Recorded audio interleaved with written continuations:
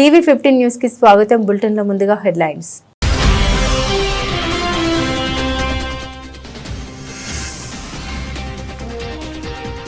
భారత్తో బంధం మాకు అత్యంత కీలకం. భారత్లో అమెరికా తదుపరి రాయబారి కీలక వ్యాఖ్యలు.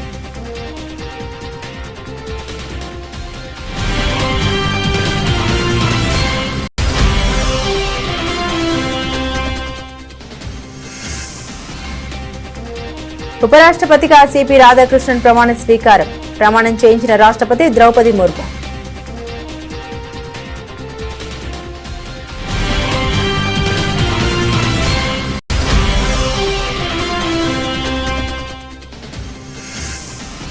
E20 పెట్రోల్ పై సోషల్ మీడియాలో జరుగుతుంది పెయిడ్ క్యాంపెయిన్ అంటూ సంచలన వ్యాఖ్యలు చేసిన కేంద్ర మంత్రి గడ్కరీ. రాజకీయంగా తనను లక్ష్యంగా చేసుకునే ఈ దాడి అని వ్యాఖ్య.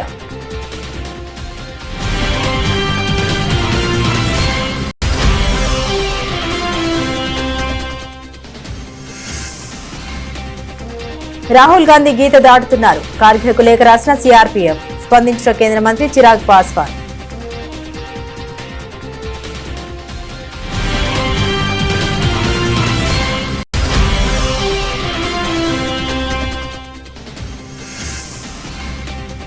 తిరుమల శ్రీ వెంకటేశ్వర స్వామి వారిని దర్శించుకున్న కేంద్ర మంత్రి నిర్మలా సీతారామన్. ఆలయ మర్యాదలతో స్వాగతం పలికిన ఆలయ అధికారులు, పండితులు.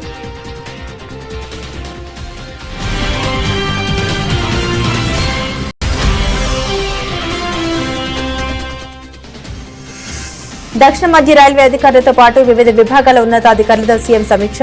పెండింగ్ ప్రాజెక్టులు, రైల్వే లైన్ల పూర్తికి సహకరిస్తామని స్పష్టీకరణ.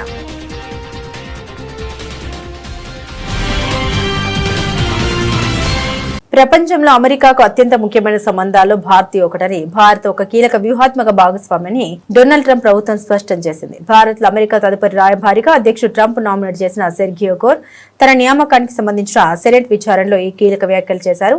భారత్ ప్రస్థానం కేవలం ఆ ప్రాంతానే కాకుండా యావత్ ప్రపంచ గమనాన్ని నిర్దేశిస్తుందని ఆయన అన్నారు. సెనెట్ విచారణలో సెర్గియో గోర్ మాట్లాడారు. తాను రాయబారిగా బాధ్యతలు చేపట్టిన తర్వాత భారత్ తో రక్షణ, ఆర్థిక సంబంధాల్ని మరింత బలోపేతం చేయడంపై ప్రధానంగా దృష్టి సారిస్తామని హామీ ఇచ్చారు. రక్షణ రంగంలో సహకారాన్ని మరింతగా పెంచుతామని గోర్ స్పష్టం చేశారు. 140 కోట్ల జనాభా, వేగంగా వృద్ధి చెందుతున్న మధ్యతరగతి ప్రజానికం కలిగిన భారత్ అమెరికాకు అపారమైన అవకాశాలు అందిస్తుందని అన్నారు. అలాగే అమెరికా విదేశాంగ మంత్రి మార్కో రూబియో మాట్లాడారు. అమెరికా భారత్ సంబంధాలు అసాధారణ మార్పుల దశలో ఉన్నాయని, ఇది ప్రపంచంలోని అమెరికాకు ఉన్న అగ్రశ్రేణి బంధాల్లో ఒకటని అన్నారు. What that means for US-Indian relations. Senator, thank you for the question. Look, India is very concerned. I mean, they've openly spoken about this, as I think it was Senator Haggerty who pointed out just 5 years ago, they were in open conflict.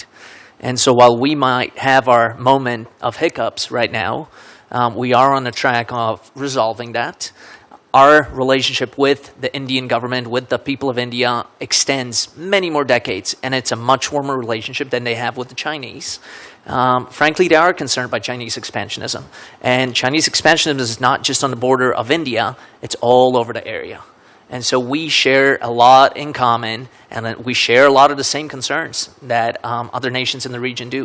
So should I be confirmed, we will make that a top priority, that India is pulled into our side and away from them. I fully agree. Another area that remains under-discussed is cooperation with India, specifically on energy.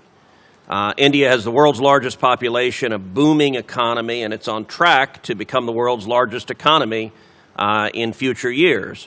President Trump is committed to American energy dominance, and obviously my home state of Texas is a powerhouse when it comes to energy. Talk a little bit about the possibilities for U.S.-India energy cooperation. Look, possibilities are endless, Senator, as you pointed out.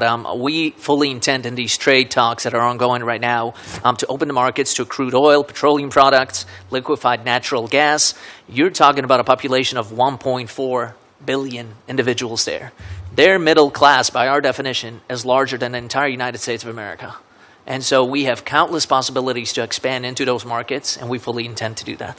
భారతదేశ 15వ ఉపరాష్ట్రపతిగా CP Radhakrishnan ఈ రోజు బాధ్యతలు చేపట్టారు. ఢిల్లీలోని రాష్ట్రపతి భవన్లో అత్యంత వైభవంగా జరిగిన కార్యక్రమంలో రాష్ట్రపతి ద్రౌపది ముర్ము ఆయన చేత పదవి ప్రమాణం చేయించారు. ఈ కార్యక్రమానికి ప్రధాని నరేంద్ర మోదీ, లోక్సభ స్పీకర్ ఓం బిర్లా, కేంద్ర మంత్రులు అమిత్ షా, రాజ్నాథ్ సింగ్, జేపీ నడ్డా సహా పలువురు మంత్రులు, ఎన్డీఏ భాగస్వామ్య పక్షాల నేతలు హాజరయ్యారు.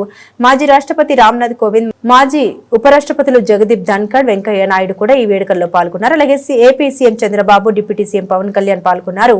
రాజీనామా చేసిన తర్వాత ధన్కర్ బహిరంగంగా కనబడడం ఇదే తొలిసారి.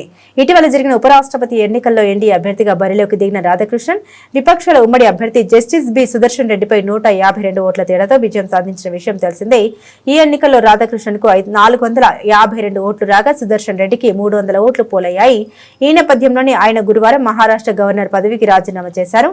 ప్రస్తుతం ఆ రాష్ట్ర గవర్నర్ గా గుజరాత్ గవర్నర్ ఆచార్య దేవవ్రత్ కు అదనపు బాధ్యతలు అప్పగించారు. I, Chandraviram Ponnusamy Radhakrishnan, do swear in the name of God do swear in the name of God that I will bear true faith and allegiance that I will bear true faith and allegiance to the Constitution of India to the Constitution of India as by law established, as by law established, and that I will faithfully discharge the duty and that I will faithfully discharge the duty upon which I am about to enter. upon which I am about to enter. Congratulations.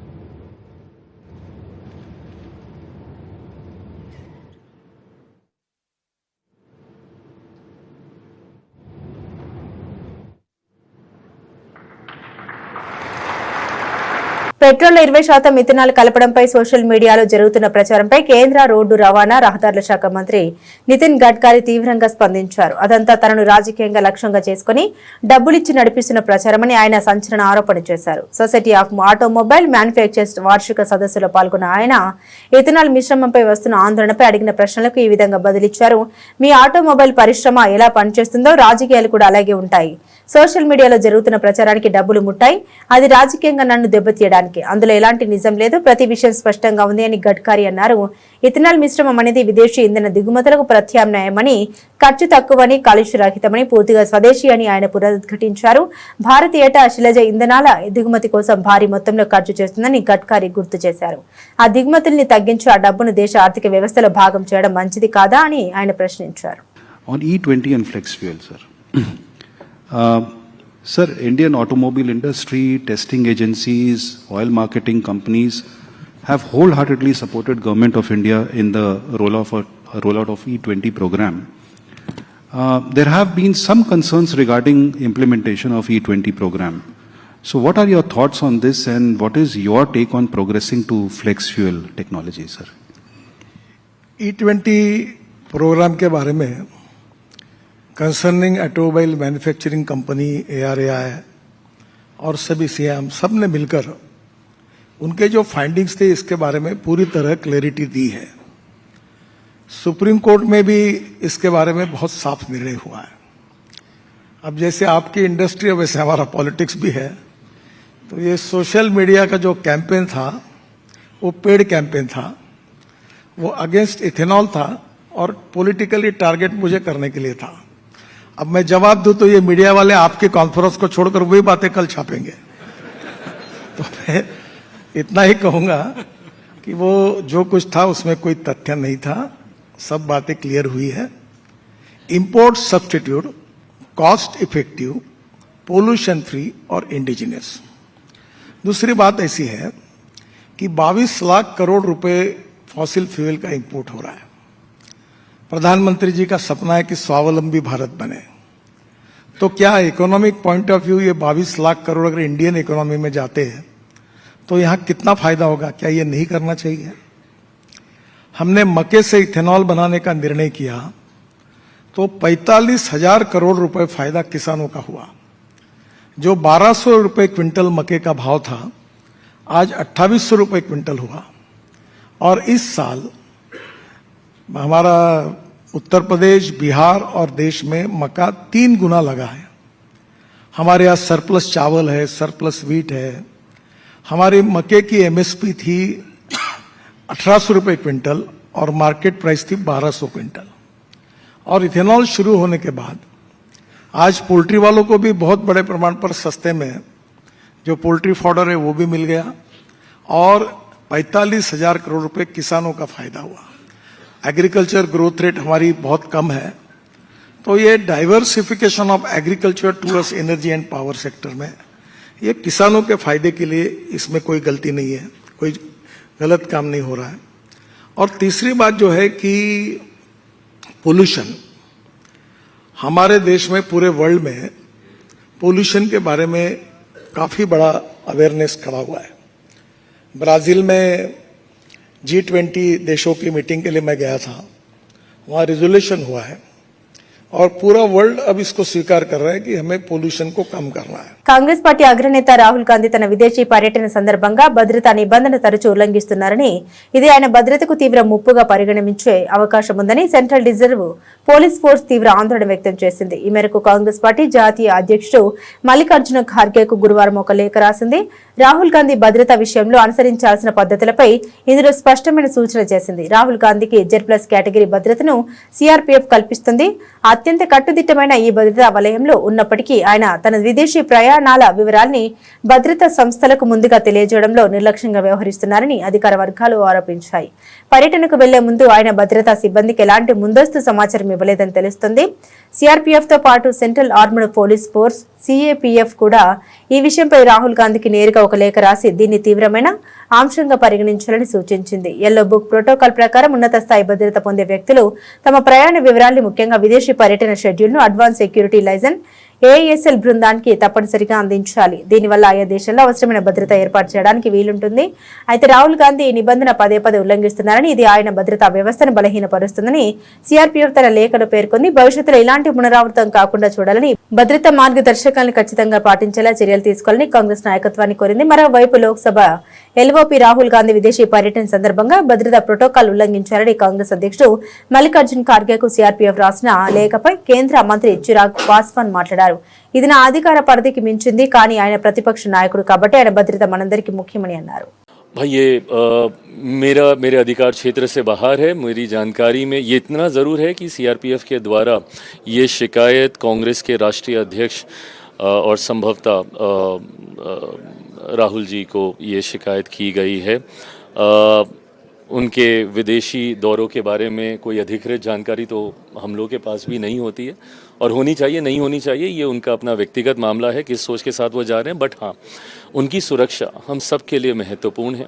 देश के वरिष्ठ नेता हैं वो, नेता प्रतिपक्ष हैं वो, हम सब और पूरी सरकार इस बात को हम लोग सुनिश्चित करते हैं कि देश के किसी व्यक्ति को किसी तरीके की कोई हानि ना हो, और ख़ास तौर पर ऐसे व्यक्ति जिनको विशेष तौर पर सुरक्षा मुहैया कराई गई है, अगर उसमें कोई चूक होती है अंतर्गतवा सरकार और वो विभाग जवाबदेह होगा।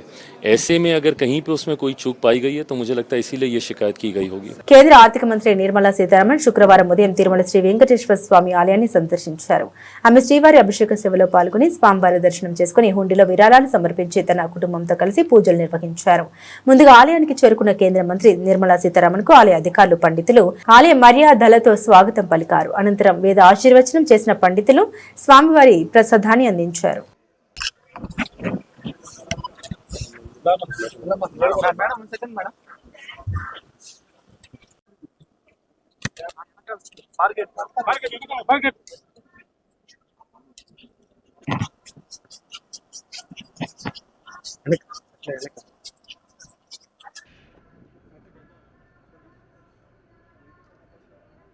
భవిష్యత్తు అవసరాలు, పారిశ్రామిక కారిడార్లు, పర్యాటక కేంద్రాలను దృష్టిలో పెట్టుకుని ప్రయాణికులకు వేగవంతమైన రవాణా సదుపాయాలను అందిస్తూ ఆయా ప్రాంతాల సర్వతోముఖాభివృద్ధికి తోడ్పడే విధంగా రైల్వే నూతన ప్రాజెక్టుల అలైన్మెంట్లు ఉండాలని సీఎం రేవంత్ రెడ్డి ఆ శాఖ అధికారులకు సూచించారు. విదేశాల తరహాలో రైలు రోడ్డు, పోర్ట్ కనెక్టివిటీని ఆధునిక విధానంలో అభివృద్ధి చేయాలని పేర్కొన్నారు. దక్షిణ మధ్య రైల్వే అధికారులతో పాటు వివిధ విభాగాల ఉన్నతాధికారులతో సీఎం కమాండ్ కంట్రోల్ సెంటర్లో సమీక్ష నిర్వహించారు. పెండింగ్ లో ఉన్న రైలు ప్రాజెక్టులు, లైన్లను వేగంగా పూర్తి చేసేందుకు రాష్ట్ర ప్రభుత్వం పూర్తి సహాయ సహకారాలు అందిస్తుందని, అందుకు అవసరమైన నిధుల్ని సమకూర్చడంతో పాటు భూసేకరణకు సిద్ధంగా ఉన్నామని స్పష్టం చేశారు. ప్రతిపాదనకు అనుగుణంగా రైల్వే లైన్ ఏర్పాటు చేయాలని, రైల్వే విభాగ పరిశీలనలో ఉన్న అలైన్మెంట్ తో పాటు రాష్ట్ర ప్రభుత్వం సిద్ధం చేసిన అలైన్మెంట్లను పరిశీలించి భవిష్యత్ అవసరాలకు అనుగుణంగా ప్రణాళిక రూపొందించుకోవాలని ముఖ్యమంత్రి సూచించారు. హైవే వెంట రైలు మార్గం ఉండాలని, హైవేకి ఇరువైపులా 1.5 కిలోమీటర్ల దూరం వరకు పారిశ్రామిక కారిడార్ను విస్తరించాలని ప్రతిపాదనలు ఉన్నాయని తెలిపారు. కొత్తగా అభివృద్ధి చేస్తున్న గ్రీన్ఫీల్డ్ హైవే ప్రతిపాదనకు అనుగుణంగా హైదరాబాద్, చెన్నై, హైదరాబాద్, బెంగళూరు హైస్పీడ్ రైలు ప్రాజెక్టుల సర్వే, అలైన్మెంట్ ప్రతిపాదన మరోసారి పరిశీలించారన్నారు. హైదరాబాద్ చుట్టూ రీజనల్ రింగ్ రైలు భవిష్యత్తులో రవాణా అవసరాలకు కీలకమవుతుందని, RRR వెంట రింగ్ రైలు ఏర్పాటుతో రాజధాని స్వరూపం మారిపోతుందని పేర్కొన్నారు. వికారాబాద్ కృష్ణా కొత్త రైల్వే లైన్ పనుల్ని వీలైనంత త్వరగా చేపట్టాలని, గద్వాల డోర్నకల్ రైల్వే లైన్ పనుల DPR పూర్తి చేసి వేగంగా చేపట్టాలని కోరారు. భూపాలపల్లి నుండి వరంగల్కు కొత్త మార్గాన్ని పరిశీలించాలని సూచించారు. రాష్ట్ర పరిపాలనలో నూతన ఉత్సాహం నింపే దిశగా ముఖ్యమంత్రి చంద్రబాబు కీలక అడుగులు వేస్తున్నారు. జిల్లా స్థాయి అధికార యంత్రాంగాన్ని పరుగులు పెట్టించేలా కొత్త కలెక్టర్లకు స్పష్టమైన దిశానిర్దేశం చేశారు. ప్రభుత్వ విషయానికి కలెక్టర్ల కీలకమని, వారు తన ఆలోచనకు అనుగుణంగా పనిచేసి ఉత్తమ ఫలితాలు సాధించాలని ఆయన ఆకాంక్షించారు. రాష్ట్రంలోని 12 జిల్లాలకు కొత్త కలెక్టర్లు నియమించిన నేపథ్యంలో అన్ని జిల్లాల కలెక్టర్లతో ముఖ్యమంత్రి వీడియో కాన్ఫరెన్స్ నిర్వహించారు. ఈ సందర్భంగా ఆయన మాట్లాడారు. ఈసారి కలెక్టర్ల ఎంపికకు గతంలో ఎన్నడూ లేనంతగా కసరత్తు చేశాను. ప్రజలు మనపై భారీ అంచనాలతో ఉన్నారు. వారి ఆకాంక్షల్ని నెరవేర్చాల్సిన బాధ్యత మనపై ఉంది. ప్రభుత్వానికి మంచి పేరు రావాలంటే మీ పనితీరే ముఖ్యం. మీరే నా టీం పనిచేస్తే ప్రోత్సాహం ఉంటుంది. ఫలితాలు రాకపోతే మాత్రం ఉపేక్షించేది లేదని స్పష్టం చేశారు. సీఎం అంటే కామన్ మ్యాన్. మీరు కూడా అదే స్ఫూర్తిని అందిపుచ్చుకోవాలి. అహంకారం, ఈగోలకు తావివ్వకుండా ప్రజలకు నిత్యం అందుబాటులో ఉండాలి. అన్నింటికీ నిబంధన రూల్స్ అని చూడకుండా మానవీయ కోణంలో ఆలోచించి నిర్ణయాలు తీసుకోవాలి. అప్పుడే ప్రభుత్వానికి మంచి పేరు వస్తుందని చంద్రబాబు హితవు పలికారు. గ్రూప్ 1 పరీక్షను తిరిగి నిర్వహించాలని రాష్ట్ర వ్యాప్తంగా ఆందోళన చేస్తున్న బీఆర్ఎస్పీ నాయకులను అరెస్టు చేయడాన్ని తీవ్రంగా ఖండిస్తూ ఉన్నామని మాజీ మంత్రి శ్రీనివాస్ గౌడ్ అన్నారు. అరెస్టు చేసిన బీఆర్ఎస్పీ నేతల్ని వెంటనే విడుదల చేయాలని డిమాండ్ చేశారు. ప్రజాపాలన అంటే పోలీసులతో అరెస్టులు చేయించడమా అని ప్రశ్నించారు. తెలంగాణ భవన్లో శ్రీనివాస్ గౌడ్ మీడియాతో మాట్లాడారు. గ్రూప్ 1 అవకతవకలపై వెంటనే సిబిఐ దర్యాప్తు చేయాలని డిమాండ్ చేశారు. బీసీలకు ఇవ్వని హామీలు మేము నెరవేర్చాం. సిద్దరామయ్య చేత కామారెడ్డి డిక్లరేషన్ ను కాంగ్రెస్ ప్రకటించింది. బీసీ డిక్లరేషన్ లో సంవత్సరానికి 20,000 కోట్లు పెడతామని అన్నారు. సివిల్ కాంట్రాక్టర్లలో బీసీలకు 42% రిజర్వేషన్లు, బీసీ గురుకులాలు ఏర్పాటు చేస్తామని అన్నారు. బీసీలకు ఫీ రియంబర్స్మెంట్ ఇవ్వడం లేదని శ్రీనివాస్ గౌడ్ గుర్తు చేశారు.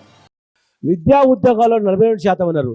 విద్యా ఉద్యోగాల్లో మీరు ఎందుకు 42% ఇప్పుడు అమలు చేస్తలేరు? దాన్ని ఎందుకు మాట్లాడతలేరు? కామారెడ్డి డిక్లరేషన్ లో అనేక అంశాలు ఎందుకు ప్రస్తావిస్తలేరు? మీరు 42% రిజర్వేషన్ విద్యా ఉద్యోగాలలో లోకల్ బాడీలు అన్నారు కదా, మరి ఈ మూడింటి కనీసం ఈ మూడింటి పైన అమలు అయింది అని చెప్పి కామారెడ్డి రేపు 15వ తారీఖుగా మీరు ఎందుకు మాట్లాడతలేరు?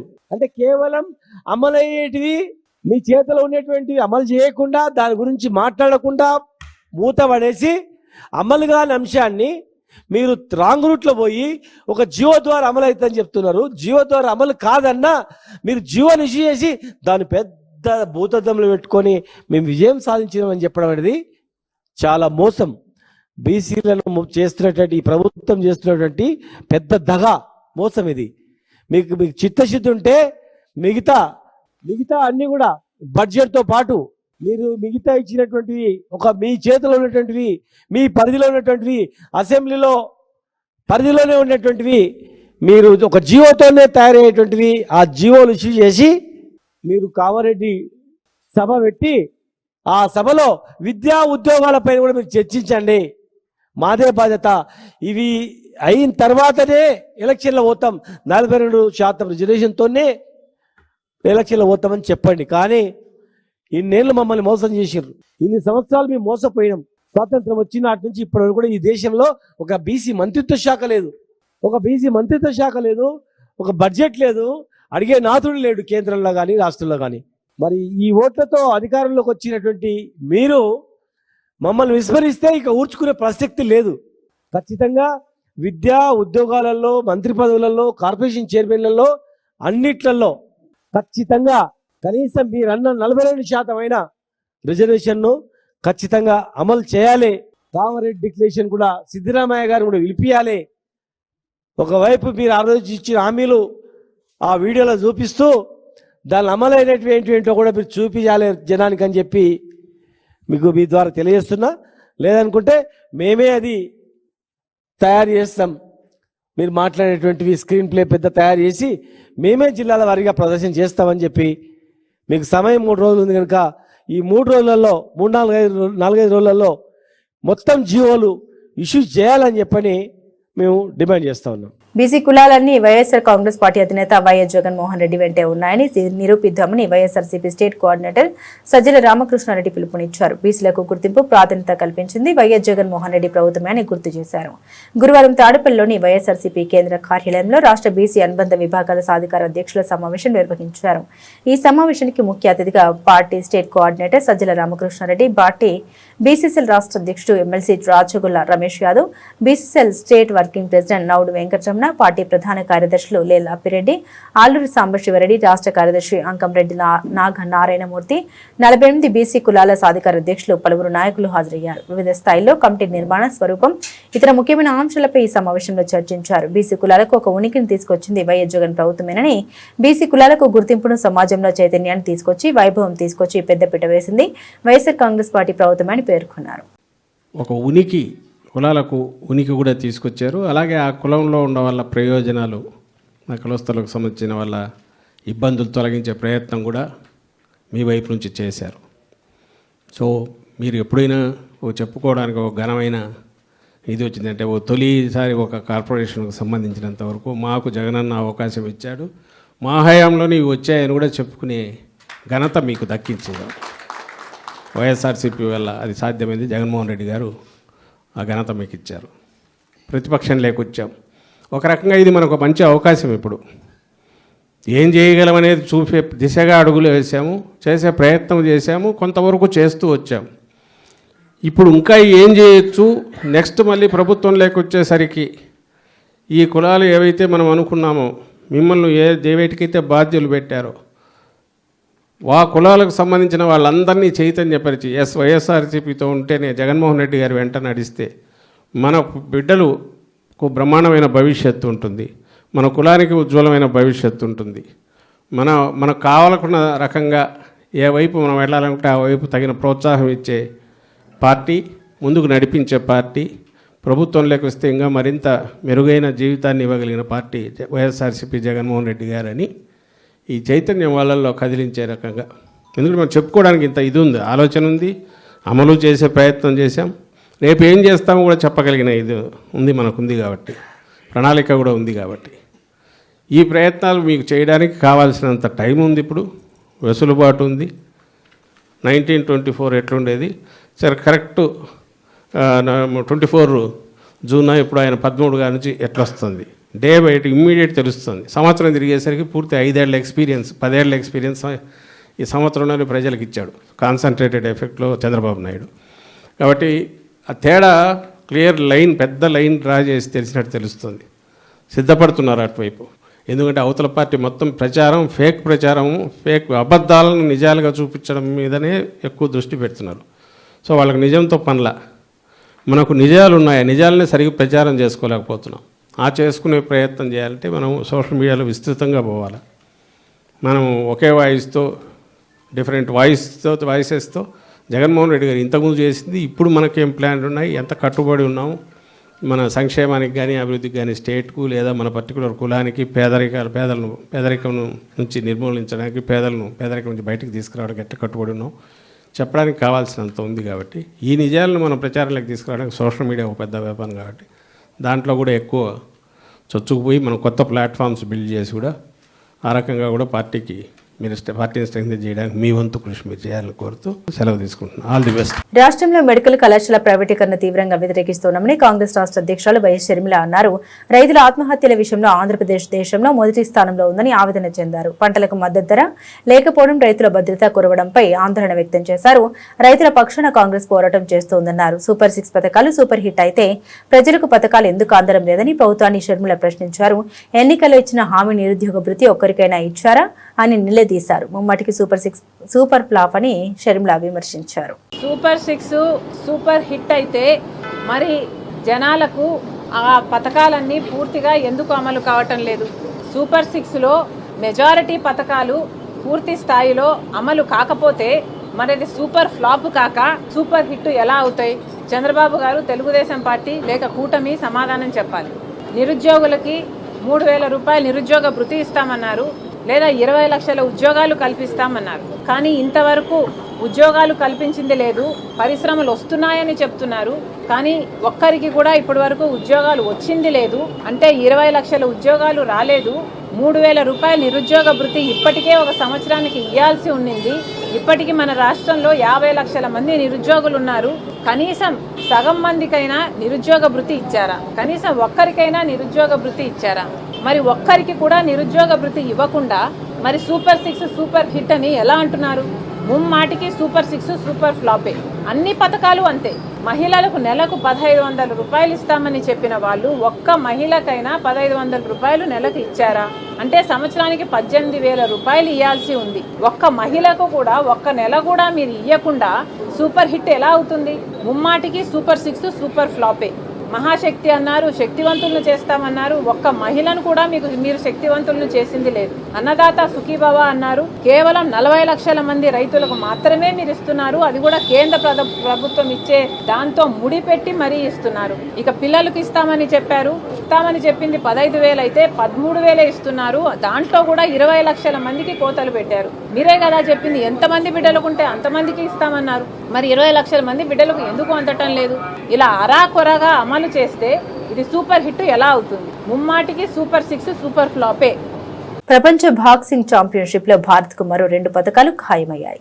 సీనియర్ బాక్సర్ పూజారాణి మహిళల 80 కిలోల విభాగంలో సెమీస్ కు చేరి పతకాన్ని ఖాయం చేసుకుంది. క్వార్టర్స్ లో పూజ 3-2తో ఎమిలా కొటెర్సా పోలాండ్ ను ఓడించింది. ఈ టోర్నీలో ఇప్పటికే నుపూర్ షెరోన్, జైస్మిన్ లంబోరియా సెమీస్ చేరిన విషయం విదితమే. మహిళల 57 కిలోల క్వార్టర్స్ లో జైస్మిన్ 5-0తో మమద్ జొనోవా ఉజ్బెకిస్తాన్ పై ఏకపక్ష విజయం సాధించింది. కాగా 2 సార్లు ప్రపంచ ఛాంపియన్ అయిన నిఖత్ జరీన్ పోరాటం క్వార్టర్స్ లోనే ముగిసింది. పురుషుల విభాగంలో అవినాష్ జమాల్ సైతం క్వార్టర్స్ లోనే ఇంటి బాట పట్టాడు. దేశంలో బంగారం ధరలు ఆకాశాన్ని అంటుతుండటంతో పసిడిపై రుణాలు తీసుకునే వారి సంఖ్య భారీగా పెరుగుతుంది. బంగారం విలువ పెరగడంతో బ్యాంకులు, ఆర్థిక సంస్థలు ఇస్తున్న గోల్డ్ లోన్లు సరికొత్త రికార్డులు సృష్టిస్తున్నాయి. ఈ ఏడాది ఆగస్టు నాటికి బ్యాంకుల గోల్డ్ లోన్ పోర్ట్ఫోలియో ఏకంగా 2.94 లక్షల కోట్ల జీవితకాల గరిష్ట స్థాయికి చేరింది. ఇలా పసిడి రుణాలు ఆల్ టైమ్ రికార్డుకు చేరడం ఇది వరుసగా 15వ నెల కావడం గమనార్హం. కేవలం ఈ ఏడాది వ్యవధిలో 10 గ్రాముల బంగారం ధర 53% పెరిగింది. 2024 ఏప్రిల్లో 1.02 లక్షల కోట్లుగా ఉన్న గోల్డ్ లోన్ పోర్ట్ఫోలియో ఇప్పుడు దాదాపు 3 రెట్లు పెరగడం మార్కెట్ వర్గాన్ని ఆశ్చర్యపరుస్తుంది. ఈ ఏడాది మార్చి నుండి ప్రతి నెల ఈ రుణాలు వార్షిక ప్రతిపాదన 100% పైగా వృద్ధి నమోదవుతుంది. ముఖ్యంగా బ్యాంకులు తనఖా లేని వ్యక్తిగత రుణాల జారీలో కఠినంగా వ్యవహరిస్తుండడం, వాటితో పోలిస్తే గోల్డ్ లోన్లపై వడ్డీ రేట్లు తక్కువగా ఉండడం వంటివి ఈ వృద్ధికి ప్రధాన కారణాలుగా నిలుస్తున్నాయి. దీంతో వ్యక్తిగత రుణాలు పొందే అవకాశం లేని వారికి బంగారంపై రుణం ఒక ప్రత్యామ్నాయంగా మారింది. బులెటిన్ ముగించే ముందు హెడ్లైన్స్ మరోసారి.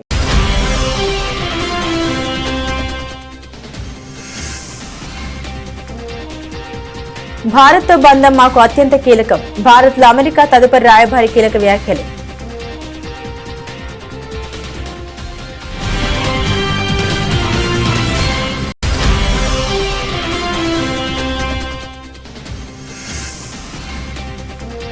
ఉపరాష్ట్రపతిగా సిపి రాధాకృష్ణన్ ప్రమాణ స్వీకారం. ప్రమాణం చేయించిన రాష్ట్రపతి ద్రౌపది ముర్ము.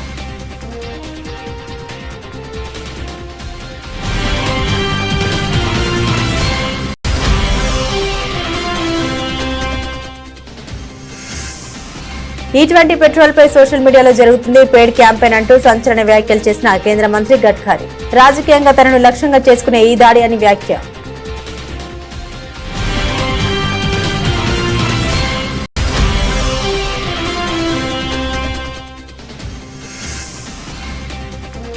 రాహుల్ గాంధీ గీత దాటుతున్నారు. కార్గిల్కు లేఖ రాసిన సిఆర్పీఎఫ్. స్పందించిన కేంద్ర మంత్రి చిరాగ్ పాస్వాన్.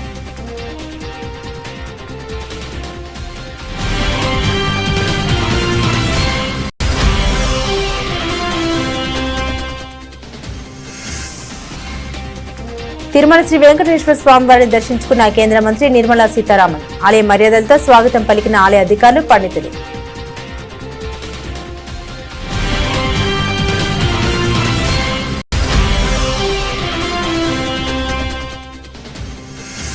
దక్షిణ మధ్య రైల్వే అధికారులతో పాటు వివిధ విభాగాల ఉన్నతాధికారులతో సీఎం సమీక్ష.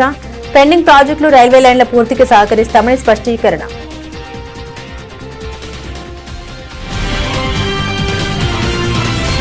ఇవి బులెటిన్లోని విశేషాలు. తిరిగి మరో బులెటిన్తో మళ్ళీ కలుసుకుందాం. అంతవరకు సెలవు. నమస్కారం.